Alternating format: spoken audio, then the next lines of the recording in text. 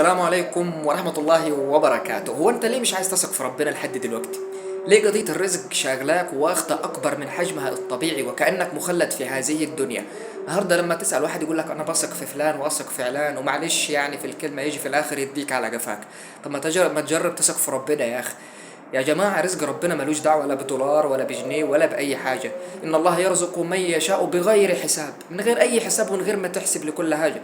يعني إن الله هو الرزاق ذو القوة المتين. يعني قضية الرزق للأسف شغلتنا وأخذتنا من أمور الدين وأخذتنا عن كل شيء.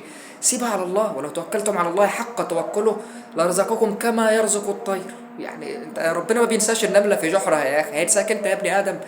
يا ابني ادم، ما تبقاش قضيتك او دماغك كلها في الدنيا وفي الفلوس وفي الرزق ماشي، اسعى.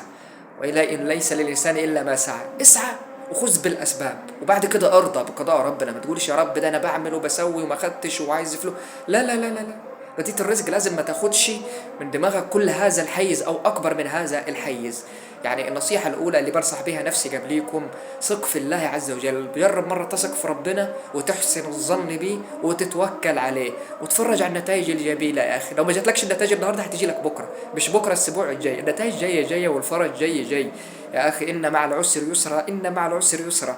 يعني كيف يضيع كما قالوا، يعني عسر بين يسرين.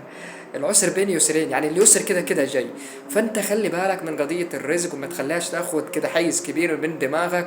وصلي على سيدنا النبي وتوكل على الله واحسن الظن بالله، وانتظر النتائج المبهرة ان شاء الله.